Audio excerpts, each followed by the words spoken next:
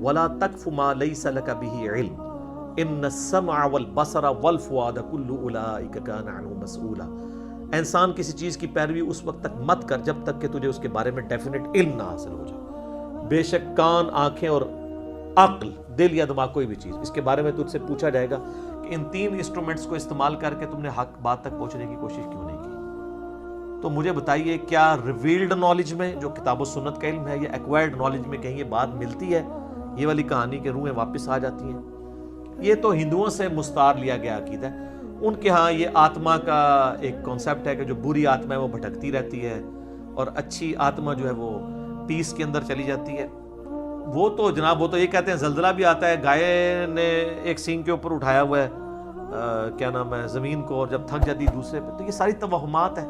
کالی بلی راستہ کاٹ دے نحوست ہے، توہمات ہیں. جوتی پہ جوتی چڑھ جائے سفر لکھا ہوا ہے، توہمات میں سے ہے.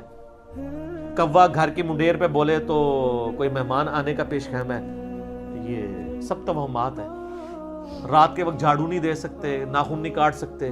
اتنی تہمت پرستی جو ہے وہ چل رہی ہے ہمارے معاشرے کے اندر. چونکہ ہم لوگ ہندوؤں کے ساتھ رہے ہیں، لہٰذا یہ ساری باتیں وہیں سے آئی ہیں کہ روحیں واپس آ جاتی ہیں گھروں میں. کوئی روح نے ادھر آ کے کیا کرنا ہے؟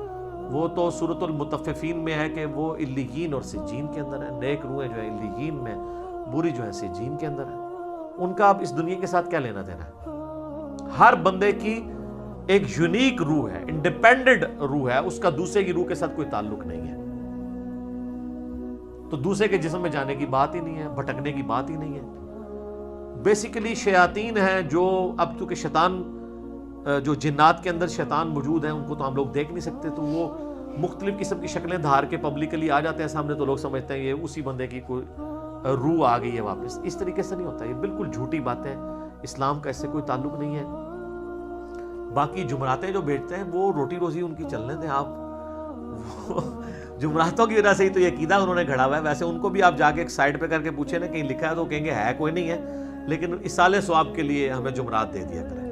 تو ٹھیک ہے، میت کی طرف سے صدقہ ہو سکتا ہے. میرا تو اس کے اوپر لیکچر ریکارڈڈ ہے، مسئلہ 74. میت کی طرف سے صدقہ اور خیرات کا ثواب اسے ملتا ہے. صحیح مسلم میں حدیث ہے کہ میت کو 3 اعمال کا ثواب پہنچتا ہے. نمبر 1 علم کی بات جو اس نے اپنی زندگی میں کی، اس کے مرنے کے بعد بھی اسے ثواب ملے گا، جیسے امام بخاری امام مسلم کو مل رہا ہے. دوسرا صدقہ جاریہ، جو اپنی زندگی میں کوئی نیکی کا کام کیا اس کے بعد بھی جاری رہا، اسے ثواب ملے گا. تیسرا نیک اولاد جو اس کے لیے دعا کرتی ہے. اور اسی کو سپورٹیو سنن نسائی میں حدیث ہے، بخاری مسلم میں بھی اس کا کچھ حصہ موجود ہے. جو سعد ابن عبادہ سفر میں تھے تو ان کی ماں پیچھے سے فوت ہوگی. ان کا یا رسول اللہ میرا ارادہ ہے کہ میں اس کی طرف سے صدقہ کروں تو اسے ثواب ملے گا. آپ نے فرمایا ہاں. تو انہوں نے کنواں کھدوا دیا اور اس کا نام ہی پڑ گیا، یہ ام سعد کا کنواں ہے. تو وہ صدقہ اور خیرات کریں، مولویوں کی روٹی روزی لگا کے رکھیں. لیکن باقی ان سے زیادہ حقدار آپ کے غریب رشتہ دار ہیں، غریب ہمسائے ہیں. مولوی تو یقین کریں آلموسٹ روزانہ ہی چھوٹا گوشت کھا رہے ہوتے ہیں، وہاں لوگ بکرے دے کے جاتے ہیں. غریب رشتہ داروں کو کوئی جو ہے ایک چھٹانگ چھوٹا گوشت لے کے دینے کے لیے تیار نہیں ہے. اور یہ لوگ عیاشی کی زندگی گزار رہے ہوتے ہیں. آپ ان سے پوچھو، وہ کہتے ہیں دیکھیں یہ تو برکت ہے، ہم نے علم دین حاصل کیا تھا تو ہم کھا رہے ہیں. یہ لادہ بات ہے کہ قرآن میں آتا ہے کہ اللہ کے نیک بندوں کی نشانی ہے جو اپنے مال میں سے دیے ہوا اللہ کی راہ میں خرچ کرتے ہیں. لوگوں کا دیا ہوا اپنے اوپر خرچ نہیں کرتے. بالکل 180 ڈگری ہے. لیکن قرآن پڑھا ہو تو پھر پتہ ہونا ان کو. بھالے اس کا جواز موجود ہے، یعنی غریبوں کو چاہے وہ علماء کرام ہوں یا ائمہ مساجد ہوں آپ کھلا سکتے ہیں. لیکن یہ جو عقیدہ وابستہ کیا ہوا ہے نا، بالکل جھوٹا عقیدہ ہے.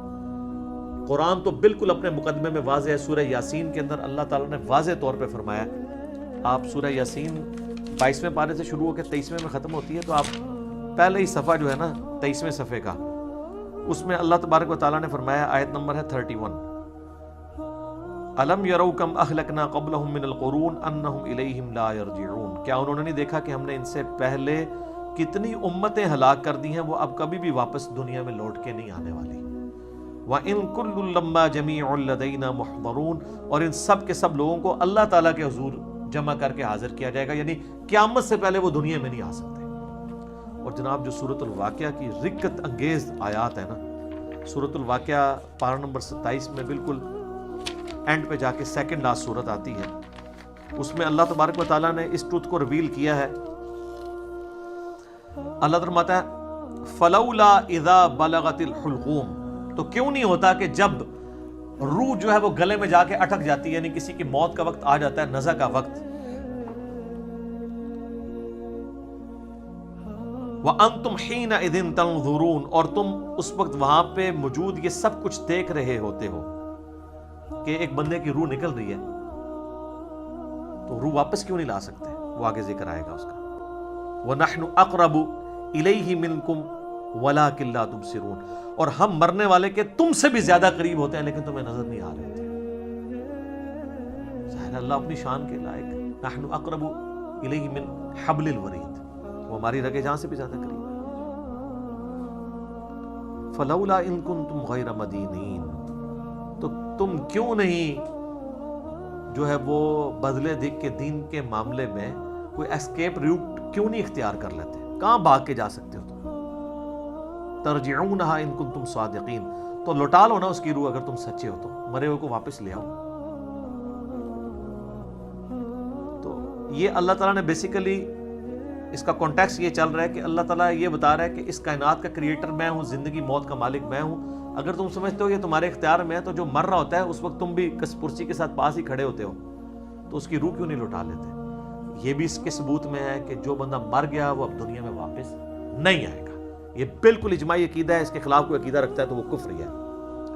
البتہ صحیح بخاری اور صحیح مسلم میں اشارتاً موجود ہے روح کا لوٹنا اس حوالے سے کہ وہ قبر کے اندر، جیسا کہ برزخی معاملہ ہمیں نہیں پتا کہ جب مردے کو دفنا کے جاتے ہیں تو وہ جانے والوں کے قدموں کی آہٹ بھی سنتا ہے تاکہ اس کی حسرت میں اضافہ ہو. اگر بدکار ہے اور نیکوکار ہے تو وہ خوش ہو جائے کہ میں اپنے مال اپنے ساتھ لے کے آیا تھا. وہ تو بخاری میں آتا ہے میت اپنی چارپائی پہ کلام کرتی ہے دفنانے سے پہلے، جن و انس کے سوا ساری مخلوقات سنتی ہے، کیونکہ وہ مکلف ہے نا، شریعت کے مکلف ہے نا.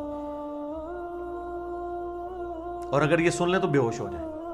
وہ کہتی ہے مجھے کدھر لے کے جا رہے ہو، اور نیک میت کہتی ہے مجھے جلدی جلدی اس طرف لے جاؤ. یہ جناب بڑا خطرناک معاملہ ہے. اللہم انی اعوذ بک من عذاب جہنم ومن عذاب القبر ومن فتنة المحیا والممات ومن شر فتنة المسیح الدجال. بخاری مسلم میں حدیث ہے، نبی الاسلام نے فرمایا، سورہ ابراہیم کی آیت نمبر 27 ہے نا، یثبت اللہ الذین آمنوا بالقول الثابت فی الحیات الدنیا وفی الآخرہ، کہ اللہ تعالیٰ اہل ایمان کو دنیا کی زندگی میں بھی اس قول پر ثابت قدم رکھتا ہے اور آخرت کی زندگی میں بھی. تو نبی علیہ السلام سے پوچھا کہ یہ کون سا قول ہے؟ تو آپ نے فرمایا لا الہ الا اللہ محمد رسول اللہ. اور آپ نے فرمایا یہ دنیا اور آخرت میں اس سے مراد یہ ہے کہ جب انسان کو قبر میں رکھا جاتا ہے تو اس سے قبر میں سوال کیے جاتے ہیں، مر ربو کا، تو وہ کہتا ہے کہ میرا رب اللہ ہے، میرا نبی محمد ہے صلی اللہ علیہ وآلہ وسلم. اور پھر نبی الاسلام نے یہ آیت پڑھ کے کہا کہ یہ قرآن میں بھی اس بات کا ثبوت ہے کہ اللہ تعالیٰ اسے ثابت قدم رکھتا ہے قبر کے سوالات کے اندر. تو قبر کے اندر جو اس سے سوال کیے جاتے ہیں، وہ جو روح کا لوٹنا ہے وہ برزخی ہے، وہ دنیا میں نہیں آ رہی ہوتی. نہ اس کو کوئی کیمرہ لگا کے آبزرو کر سکتا ہے، یہ بھی ذرا ذہن میں رکھیے گا. کوئی آبزرو بھی نہیں کر سکتا، فرشتوں کو آبزرو نہیں کر سکتا. کیمرے یا یہ فزیکل ورلڈ کی چیزیں فزیکل انسٹرومنٹ سے آبزرو ہو سکتی ہیں، جو عالم برزخ کی چیزیں وہ آبزرو نہیں ہو سکتی ہیں. پھر بخاری مسلم میں حدیث ہے، نبی علیہ السلام نے فرمایا کہ قبر میں میرے بارے میں بھی پوچھا جاتا ہے، ما کنت تقول فی ھذا الرجل، اس مرد کے بارے میں تو کیا کہا کرتا تھا؟ وہ کہتا نہیں حضور دکھائے جاتے ہیں نا قبر میں. نا ابو داؤد میں الفاظ ہے الذی بعث فیکم، ہم اس مرد کی بات کر رہے ہیں جو تم میں مبعوث ہوا تھا. تو وہ کہتا ہے ہوا محمد رسول اللہ، وہ تو محمد تھے اللہ کے رسول. وہ تھرڈ پرسن کے سیغے میں خطاب کر رہا ہوتا ہے، ورنہ تو وہ کہتا سیکنڈ پرسن میں کہتا ھذا محمد رسول اللہ، یہ اللہ کے رسول محمد ہے. کہتا وہ تو محمد رسول اللہ ہے. اس پہ میرا کلپ بھی ہے نا، قبر میں 3 نہیں 4 سوال ہوں گے. ترمذی میں تو حدیث ہے مر ربو کا، ما دینو کا، من نبیو کا، تیرا رب کون، تیرا دین کیا، تیرا نبی کون. تو کدا مقلد، تو کہنا فڑکے دا، تیری کیڑی مسیتی، تیرا کیڑا بابا، اے کوئی نہیں بھائی. اے زمین دے اتے ہوتے ہیں، زمین دے اندر اللہ کا سکہ چلتا ہے. ادھر بھی تا ان کا چل رہا ہے کہ اللہ نے کھلی چھٹی دی بھی ہے. مرنے کے بعد محمد رسول اللہ کا سکہ چلتا ہے، اللہ کا سکہ چلتا ہے. ابو داؤد میں آتا ہے کہ جو مؤمن ہے نا، وہ یہ کہتا ہے کہ ربی اللہ، اور کہتا ہے دین الاسلام، اور کہتا ہوا محمد رسول اللہ. تو چوتھا سوال پھر ہوتا ہے, یہ 3 سوال ہیں, میں قبر کے 4 سوال میرا ایک کلپ بھی ہے. وہ فرشتے کہتے ہیں تجھے کیسے پتا چلا؟ وہ کہتا ہے میں نے اللہ کی کتاب پڑھی تو میں نبی علیہ السلام پہ ایمان لایا, ان کے سچ ہونے کی تصدیق کی, تو پھر اس کے لیے جنت کی کھڑکی کھول دی جاتی ہے. یہ چوتھا سوال ہے کہ اسے پتا. تو جنہیں کتاب پڑھی نہیں اور وہ حافظ قرآن علی نہیں پڑھتا, ترجمے نال پڑھ رہا ہے, تائیں انہوں پتا لگتا ہے نا کہ وچ کیا لکھیا ہے, ورنہ تو نہیں پتا چلے گا. اور بخاری میں ہے کہ منافق سے جب سوال ہوتے ہیں تو ہر سوال کے جواب میں کہتا ہے لا ادری لا ادری, ہائے آتا لا ادری لا ادری, ہائے افسوس مجھے کچھ پتا نہیں ہے. بولے اعوذ باللہ تعالی. تو فرشتے اسے تو چوتھا سوال پھر کرتے ہیں. جب وہ کہتا ہے نا مجھے کچھ پتا نہیں, تو وہ پھر کہتا ہے کہ میں تو وہی کہتا تھا جو لوگ کہتے تھے, سن سنا کے سنی, یعنی ہم تو شروع سے ہی یہ ہیں, ہم تو شروع سے ہی یہ آج مانتے ہیں, میں تو یہی کہتا تھا. تو فرشتے کہتے ہیں لا دریتا ولا تلیتا, کیا تو نے خود ادراک کرنے کی کوشش نہیں کی, خود پڑھنے کی کوشش نہیں کی, یا کوئی ایسا شخص جو تجھے بتا دیتا اگر تو پڑھنا نہیں جانتا تھا؟ تو فرشتے پھر اسے گرز مارتے ہیں, اور زمین و آسمان کی ہر مخلوق اس کی آواز سنتی ہے سوائے جن و انس کے. اگر یہ سن لیں تو بے ہوش ہو جائیں. اور حقیقت بات ہے کہ آپ اتنے بڑے بڑے جو بزرگ دفنا کے آتے ہیں نا, ان کے گرز کی آواز اگر آپ کو آئے نا تو رحمت اللہ علیہ کہنا چھوڑ دو تسی, یہ شکر اللہ نے پردہ رکھا ہے, باہر آواز نہیں آتی ہے. تو یہاں پہ روحوں والا معاملہ ہے, لیکن وہ بھی اب روحوں کے ساتھ ساتھ آپ نے کتنے بزرگوں کو بیچ میں جو ہے وہ نکلوا دیا. لیکن یہ حقیقت ہے, یہ کتابوں کا دین ہے جی, یہ بابوں کا دین نہیں ہے.